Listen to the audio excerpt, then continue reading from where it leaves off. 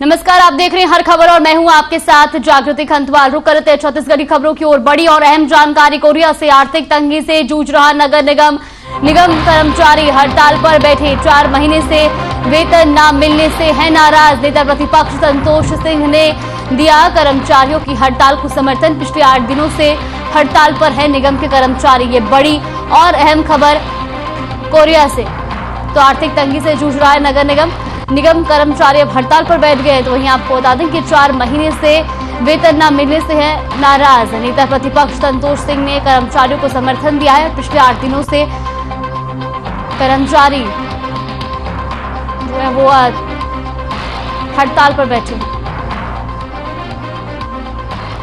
तो 4 महीने से वेतन न मिलने से नाराज है कर्मचारी और ऐसे भी अब नेता प्रतिपक्ष ने भी कर्मचारियों को अपना समर्थन दिया है। ये बड़ी और अहम खबर कोरिया से। आर्थिक तंगी से जूझ रहा नगर निगम।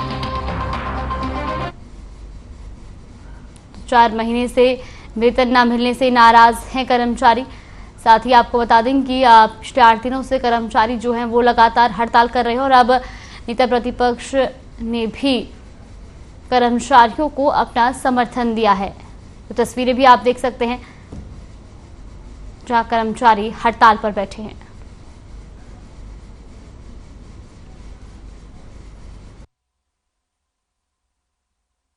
देखिए, नगर पालिका निगम चिरमिरी के अधिकारी कर्मचारीगण हमारे जो है तो अनिश्चितकालीन हड़ताल पर बैठे हुए हैं और इनका मांग है कि हमको जो है तो 4 महीने से वेतन भुगतान नहीं हुआ, हमारा वेतन भुगतान किया जाए 12% और 6वां 7वां वेतन मान बढ़ाने का जो मांग है। मैं सरकार से कहूँगा कि तत्काल जल्द से जल्द हमारे नगर निगम चिरमिरी के कर्मचारी और अधिकारी सभी का वेतन भुगतान किया जाए, ऐसा हम मांग करते हैं। जो निगम निधि का पैसा है वो वेतन में और सिर्फ जो वाहन चल रहे हैं उसमें खर्च किया गया है। इसके अलावा थोड़े बहुत कभी खर्चे हो जाते हैं, अलग मैटर हैं, लेकिन वेतन और वाहन के अलावा किसी दूसरे चीज़ में खर्च नहीं किया गया है। इसके अलावा मैं ये बताना चाहूँगा कि चिरमिरी चूँकि पूरा ACCL का एरिया है और हमें ACCL से ही जो फंड मिलता है उसके आधार पर वेतन देते हैं। इसके अलावा कलेक्शन करना रहता है, हमारा कलेक्शन काफ़ी कम है।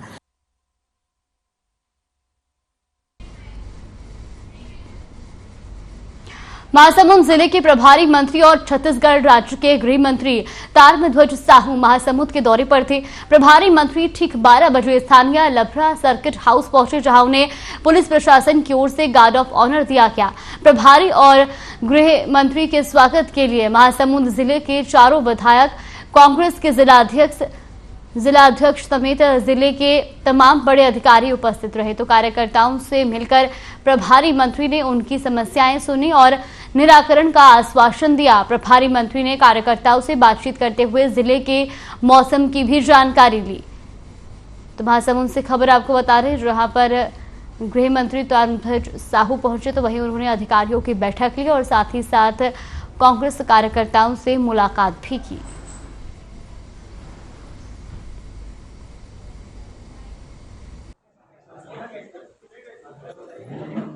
है महासमुंद बहुत दिन आया नहीं था, तो सामान्य तौर पर सब लोगों से मिलना जुलना, चर्चा करना, क्या क्या हो रहा है, कुछ कमियां, कुछ नई चीज़ें हो, तो सामान्य दौरा था। कोई विशेष एजेंडे को लेकर दौरा नहीं था, क्योंकि यहाँ तो बाढ़ वाली बात भी नहीं थी। दूसरी जगह ज़्यादा बारिश से बाढ़ वगैरह भी आया है, यहाँ फसलें भी अच्छी हैं। लगभग सरकार की हर विभाग की जितनी योजनाएं हैं उसकी हम लोगों ने समीक्षा किया। कलेक्टर ने और अधिकारियों ने जानकारी दिया।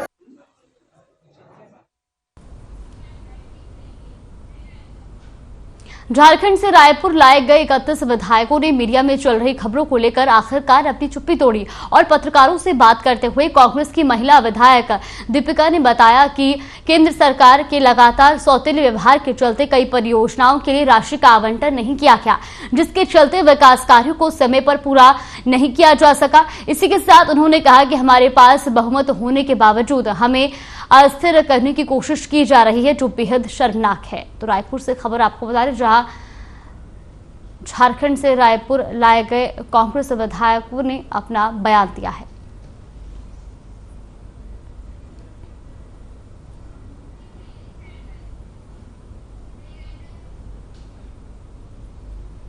झारखंड के यूपीए के विधायकों के साथ रायपुर पहुंचे झारखंड के पूर्व स्पीकर और विधायक स्टीफन ने हेमंत सोरेन के इस्तीफे की खबरों का खंडन किया। बीजेपी पर निशाना साधते हुए उन्होंने कहा कि बीजेपी हम लोगों को तोड़ने का काम कर रही है। मुख्यमंत्री हेमंत सोरेन ने कहीं कोई रिजाइन नहीं दिया है, इसको स्टॉप करने के लिए हम लोगों को मीडिया के सामने आना पड़ा। उन्होंने कहा कि महामहिम 2-3 दिन के अंदर सरकार को लेकर बड़ी संशय की स्थिति पर फैसला कर देंगे। हम लोग सुरक्षित रहने के लिए और एकजुटता के लिए यहाँ पड़े हैं। हम एक साथ रहकर अपनी बहुमत की सरकार बचाना चाहते हैं। हमारा अधिकार है लोकतंत्र को बचाकर रखने का। बेचने वाले के आंख में आंख मैं आप ही से पूछना चाहता हूं कि बेचने वाले के आंख में आंख डालकर पूछने की ताकत है? वो जो खरीदने के लिए थैलियों में पैसे लेकर चल रहे हैं, उससे आंख में आंख डालने की ताकत है आपकी? आपने जाकर पूछा कि महाराष्ट्र के विधायकों को तीर्थाटन करा रहे थे? मैं आप ही से पूछना चाहता हूं कि बेचने वाले के आंख में आंख डालकर पूछने की ताकत है? वो जो खरीदने के लिए थैलियों में पैसे लेकर चल रहे हैं, उससे आंख में आंख डालने की ताकत है आपकी? आपने जाकर पूछा कि महाराष्ट्र के विधायकों को तीर्थाटन करा रहे थे? मैं आप ही से पूछना चाहता हूं कि बेचने वाले के आंख में आंख डालकर पूछने की ताकत है? वो जो खरीदने के लिए थैलियों में पैसे लेकर चल रहे हैं, उससे आंख में आंख डालने की ताकत है आपकी? आपने जाकर पूछा कि महाराष्ट्र के विधायकों को तीर्थाटन करा रहे थे? विपक्ष का नेता बनने के बाद पहली बार कोरबा पहुंचे नारायण चंदेल का भाजपाइयों ने जमकर स्वागत किया। भाजपा कार्यालय में प्रेस वार्ता कर नेता प्रतिपक्ष ने कांग्रेस सरकार पर जमकर निशाना साधा। उन्होंने कहा कि भूपेश सरकार के राज्य में अपराधों का ग्राफ लगातार बढ़ता जा रहा है। सत्ता पक्ष पर हमला करते हुए उन्होंने कहा कि प्रदेश में भूपेश शासन नहीं बल्कि कुशासन है। चुनाव से पहले कांग्रेस ने 36 बातों का पुलिंदा सौंपा था, जिसमें से अहम वादे पूरे नहीं किए जा सके हैं। शराबबंदी के साथ ही युवाओं को बेरोजगारी भत्ता दिए जाने का वादा अभी भी अधूरा है। उन्होंने कहा कि छत्तीसगढ़ में अपराधों का ग्राफ लगातार बढ़ता जा रहा है। सरकार की गलत नीतियों के कारण आम जनता परेशान है। तो कोरबा से खबर आपको बता रहे, जहां नेता प्रतिपक्ष का भाजपाइयों ने जमकर स्वागत किया, तो वहीं कोरबा पहुंचे नेता प्रतिपक्ष ने कांग्रेस पर भी जमकर निशाना साधा। आने वाले 9 सितंबर को भारतीय जनता पार्टी के राष्ट्रीय अध्यक्ष माननीय जगत प्रकाश नड्डा जी का प्रवास होने वाला है प्रदेश की राजधानी में, और बूथ के कार्यकर्ताओं से, बूथ अध्यक्ष से, हमारे जो शक्ति केंद्र के प्रभारी, सह प्रभारी, उसके जो संयोजक, उनसे सीधा संवाद करने वाले हैं। कर्मचारियों का पिछले 22 तारीख से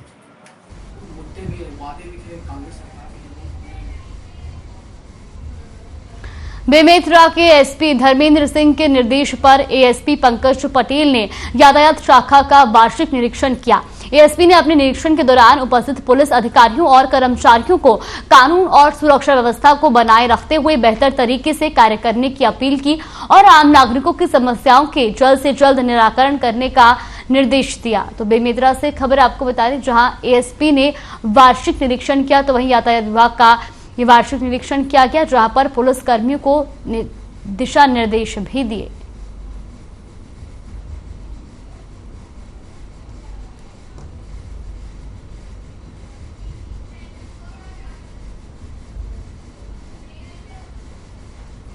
कोरबा शहर में तेजी से बढ़ रहे अपराधों पर विराम लगाने की मंशा से युवक कांग्रेसियों ने कलेक्टर के नाम ज्ञापन सौंपा। कांग्रेसियों का कहना है कि कोरबा में नशे का अवैध कारोबार तेजी से बढ़ रहा है, जहां कम उम्र के युवा एम्पुल ड्रग्स सहित अन्य नशे की गिरफ्त में आकर आपराधिक गतिविधियों को अंजाम दे रहे हैं। चाकूबाजी के अलावा मारपीट सहित अन्य अपराधों में तेजी से बढ़ोतरी हुई है। यही वजह है कि ऐसे अपराधों पर लगाम लगाने के लिए प्रशासन को सजग होना चाहिए, ताकि अपराध का दायरा कम हो सके।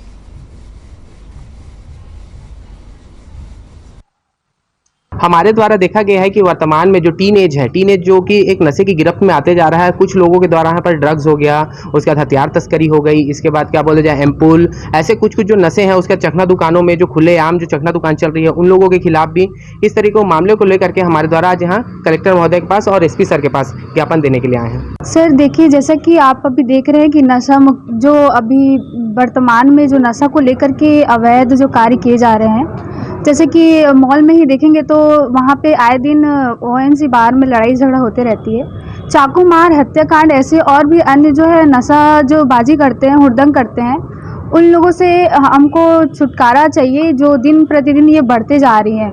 आज हम यहाँ पे कलेक्टर में ज्ञापन देने आए हैं कलेक्टर महोदय जी को। जिले में लगातार हो रहे चाकूबाजी, नशा, अवैध हथियार रखते हैं जो कि टीनेज हमारी जो है 16 से लेकर 20 साल तक की वो सबसे ज़्यादा प्रभावित हो रही है।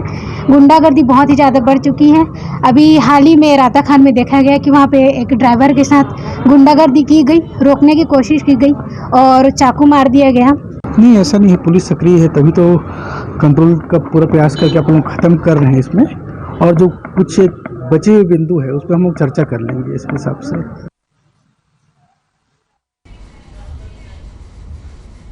बालोद जिले के स्वामी आत्मानंद विद्यालय में पढ़ने वाली 7वीं की छात्रा नरगिस की प्रतिभा को देखते हुए माध्यमिक शिक्षा मंडल ने छात्रों को सन 2023 में होने वाली 10वीं की परीक्षा देने की अनुमति दे दी है। शिक्षा विभाग से अनुमति मिलने के बाद छात्रा और उसके अभिभावक काफी खुश हैं। आपको बता दें कि नरगिस ने नर्सरी से लेकर 7वीं तक की परीक्षा में बेहतर प्रदर्शन कर अपनी प्रतिभा को साबित किया है और इसी को देखते हुए छात्रा और उसके अभिभावकों ने शिक्षा विभाग से नरगिस को 10वीं की परीक्षा में शामिल होने की अनुमति मांगी थी, जिसको शिक्षा विभाग ने मंजूर किया है।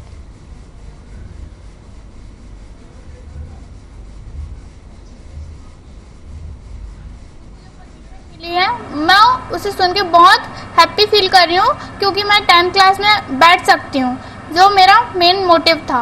और इसके लिए मुझे बहुत सबने सपोर्ट किया, मैं उन सबको बहुत बहुत थैंकफुल हूँ मैं उन सब की। और मेरी पढ़ाई की जर्नी ये थी कि मैं 7 आवर्स डेली पढ़ती हूँ और अब तो और अच्छे से पढ़ूंगी ताकि मैं 10th का एग्ज़ाम अच्छे से क्लियर कर सकूँ। सबसे पहले तो मैं उन सभी का आभार व्यक्त करना चाहूँगा जिन्होंने मेरी बेटी और मेरे लिए मेहनत किया है और सहयोग दिया है। आज मुझे माध्यमिक शिक्षा मंडल से उसे 10वीं में बैठने की जो परमिशन मिल गई है उसके लिए मैं और मेरा परिवार काफ़ी खुश हैं और मेरी बेटी भी काफ़ी खुश है।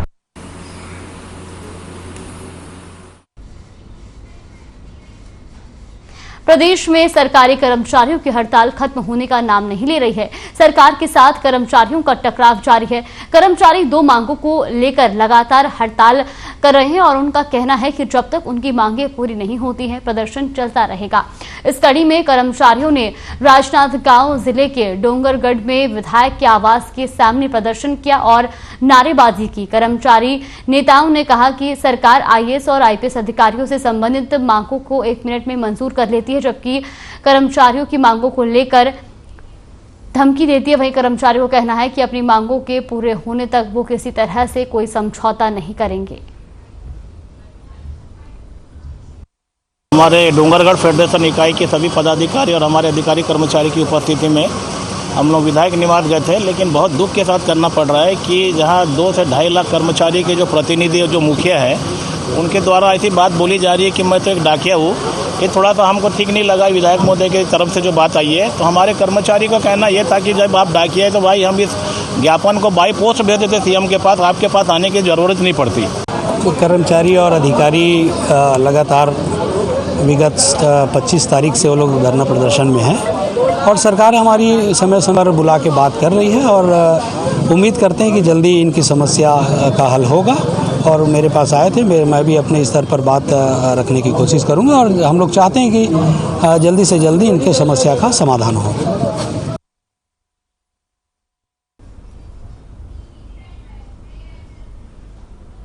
उरगा पुलिस ने हत्या के मामले में करीब 1.5 साल से फरार चल रहे आरोपी को गिरफ्तार किया है।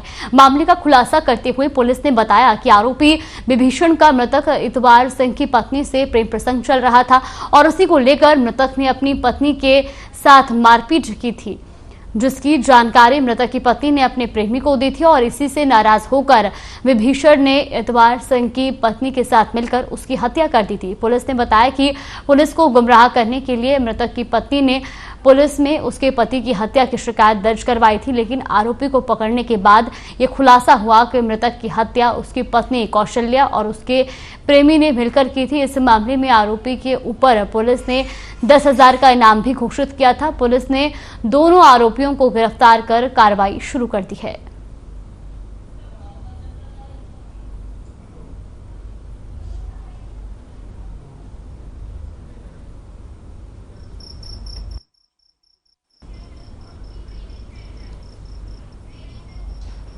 महासमुंद के बसना थाना में बेटे को जेल से छुड़ाने के लिए भीख मांगकर जमा कर रही बूढ़ी मां की 2 दरिंदों ने गला घोंटकर हत्या कर दी, जिसके बाद पुलिस ने 48 घंटे में ही हत्यारों को गिरफ्तार कर जेल भेज दिया। बता दें कि बसना थाने में 29 अगस्त को खीरबाई राणा खेमड़ा निवासी ने पुलिस को सूचना दी थी कि एक होटल के पार्टी में महिला मृत पड़ी हुई है, जिसके बाद पुलिस के साथ फॉरेंसिक की टीम मौके पर पहुंची और लाश का मुआयना किया तो पाया कि 77 साल विशाखा भोई की गला घोंटकर हत्या की गई है। तो महासमुंद से खबर आपको बता रहे, जहां पर पुलिस को बड़ी कामयाबी मिली है। पुलिस ने महिला के हत्यारों को गिरफ्तार कर लिया है और आपको बता दें कि महिला की गला घोंटकर हत्या की गई थी।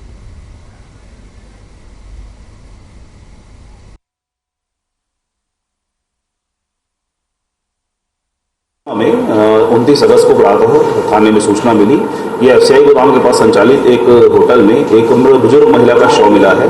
उक्त महिला की शिनाख्त विशाखा भोई उम्र 77 वर्ष के रूप में की गई। इसको की प्रारंभिक दृष्टि में शव को देखने पर प्रतीत हो रहा था कि इसकी हत्या की गई है।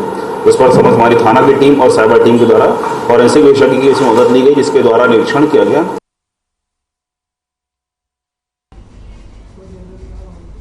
बिलासपुर जिले में कोटा थाना क्षेत्र में आने वाले ग्राम पंचायत गोबरीपाट में लगे हिताची एटीएम में बीती रात अज्ञात चोरों ने तब्बल मारकर तोड़फोड़ कर एटीएम मशीन से रुपए निकालने की कोशिश की, लेकिन चोरों की कोशिश नाकाम रही। मामले की जानकारी कोटा थाना प्रभारी को दी गई, जिसके बाद पुलिस की टीम मौके पर पहुंची और आसपास लगे सीसीटीवी कैमरे की फुटेज खंगालने में जुटी हुई है। वहीं एटीएम के बाहर लगे सीसीटीवी को चोर निकाल ले गए। हालांकि एटीएम क्योसेक के अंदर लगे सीसीटीवी कैमरे में चोरों की तस्वीर जरूर कैद हुई है, जिसके आधार पर चोरों की जांच जो है वो शुरू कर दी गई है। पुलिस ने दावा किया है कि आरोपियों को जल्द से जल्द पकड़ लिया जाएगा। बिलासपुर से खबर आपको बता रही, जहां पर एटीएम से पैसे निकालने की कोशिश चोरों द्वारा की गई, तो वहीं आपको बता दें कि चोरों ने एटीएम को तोड़ने की भी कोशिश की और इस दौरान चोर सीसीटीवी को भी तोड़ ले गए। हालांकि एटीएम के अंदर लगे सीसीटीवी में चोरों की तस्वीरें कैद हो चुकी है, जिसके बाद पुलिस ने अब इस पूरे मामले की जांच शुरू कर दी है।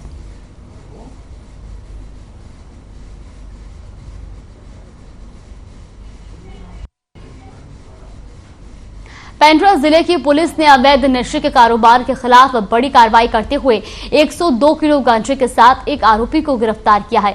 तस्कर गांजे को उड़ीसा से मध्य प्रदेश सप्लाई करने की कोशिश कर रहा था। मामले की जानकारी देते हुए पुलिस ने बताया कि सूचना के आधार पर बसंतपुर तिराहे के पास 2 वाहनों को रोककर उनकी जांच की गई। जांच के दौरान 2 वाहनों में सवार 4 में से 3 लोग फरार हो गए। हालांकि एक आरोपी को पकड़ लिया गया। जब्त किए गए गांजे की कीमत 10,20,000 रुपए आंकी गई है।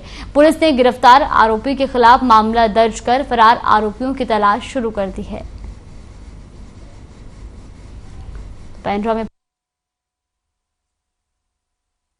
कल रात को जीपीएम पुलिस द्वारा बड़ी मात्रा में गांजा बरामद किया गया है, जिसमें 102 किलो गांजा मिला है और 2 4 व्हीलर और एक मोबाइल भी जब्त किया गया है। इसमें कुल 4 आरोपी है, जिसमें एक अभी अरेस्ट किया गया है और बाकी 3 फरार हैं। इनको भी बहुत जल्दी हिरासत में लिया जाएगा।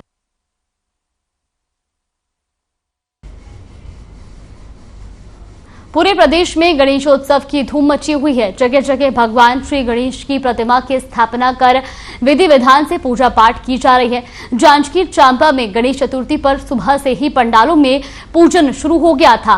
विघ्नहर्ता गणपति महाराज का आगमन भक्तों ने विधिवत पूजन अर्चन करके किया। वहीं देर रात तक पंडालों को मनोहरी स्वरूप में सजाया गया था। भक्तों ने गणपति महाराज का बंधन कर उनको पंडालों में स्थापित किया। गणेश पूजा को लेकर लोगों में उत्साह जगह जगह विराजे हैं और गणपति महाराज की विधि विधान से पूजा भी की जा रही है।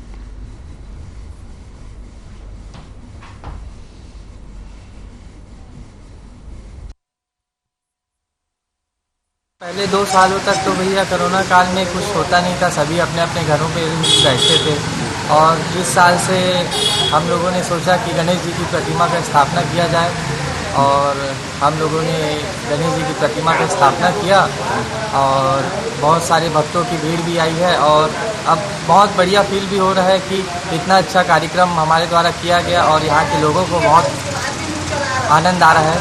यहाँ हम लोग सब बच्चे लोग मिलके गणेश का उत्सव कार्यक्रम किए हैं, जिस काल के 2 वर्ष से हम लोग कोरोना काल में कुछ कर नहीं पाए, जिसमें हम लोग को कुछ मज़ा भी अच्छा नहीं लगा। इस वर्ष हम लोग सोचे कोरोना भी कम है तो उत्सव भगवान जी का करते हैं करके गणेश जी का 28 स्थापना किए हैं। ये सिलसिला भगवान के दया से चलते रहेगा आगे तक।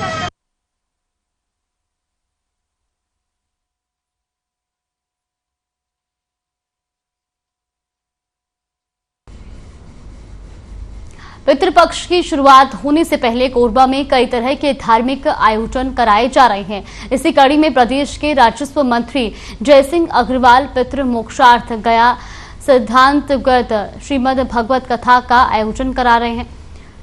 शहर के मेहर वाटिका में 28 अगस्त से कथा चल रही है, जो 3 सितंबर तक चलेगी। भागवत कथा का वाचन आचार्य बाक्य बिहारी गोस्वामी कर रहे हैं।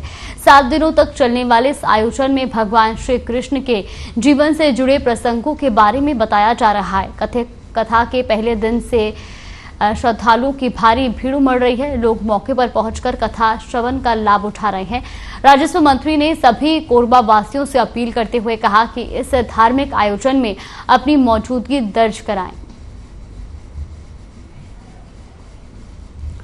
तो कोरबा से खबर आपको बता रहे, जहां श्रीमद् भागवत कथा का आयोजन किया गया तो वहीं बड़ी संख्या में श्रद्धालु कथा में शामिल हो रहे हैं। 28 अगस्त से ये कथा का आयोजन शुरू किया गया था और लोग इसमें बढ़ चढ़कर हिस्सा ले रहे हैं।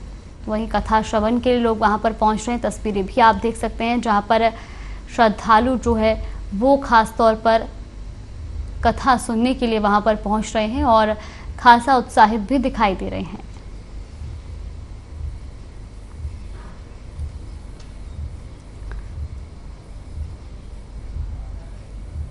तो 28 अगस्त से कथा का आयोजन किया गया और तकरीबन 7 दिन तक ये कथा चलेगी।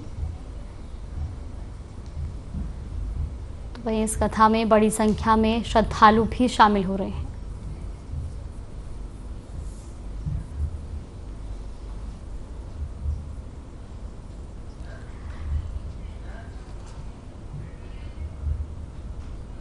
जांजगीर चांपा जिले की बलौदा पुलिस ने 2 आरोपियों को गिरफ्तार कर लिया है। बताया जा रहा है कि बदमाशों ने खनिज विभाग की टीम पर हमला किया था, साथ ही जान से मारने की धमकी भी दी थी। बता दें कि कुछ दिन पहले बलौदा पहरिया मार्ग पर खनिज विभाग की उड़न दस्ता टीम जांच करने पहुंची थी। इस दौरान रसौदा निवासी प्रफुल्ल अनंत अवैध रूप से गिट्टी का परिवहन करते हुए पाया गया था, जिसे पकड़कर खनिज विभाग की टीम वापस लौट रही थी।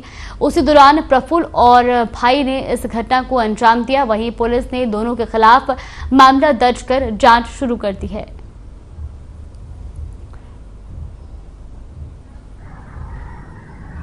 को माइनिंग विभाग जांजगीर की टीम पर हमला करने वाले आरोपी प्रफुल्ल कुमार अनंत एवं प्रज्वलित कुमार अनंत दोनों निवासी रसोटा के विरुद्ध अपराध धारा 294, 506, 332, 353, 186, 34 भादवी के तहत अपराध पंजीबद्ध किया गया था, जिसे आज दिनांक 30/8/2022 को विधिवत गिरफ्तार करके न्यायिक रिमांड पर भेजा जा रहा है।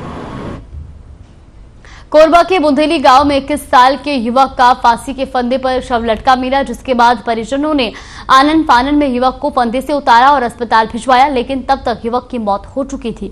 वहीं पुलिस ने शव का पोस्टमार्टम कराकर परिजनों को सौंप दिया है और आगे की कार्रवाई में जुट गई है।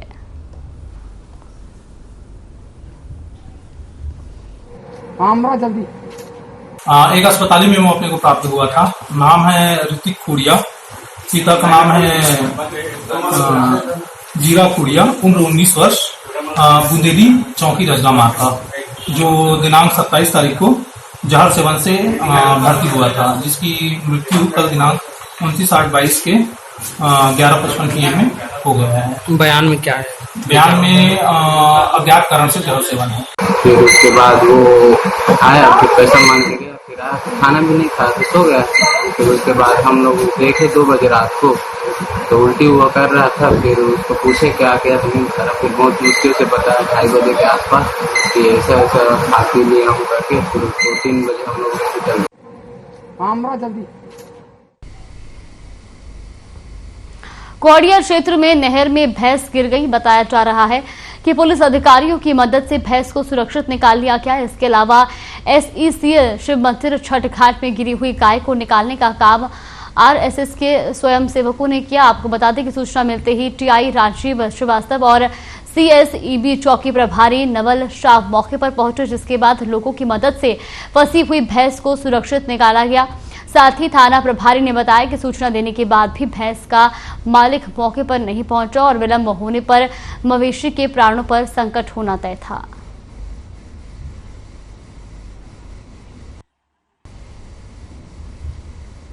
छत्तीसगढ़ी खबरों में फिलहाल के लिए बस इतना ही। आप बने रहिए हमारे साथ। नमस्कार।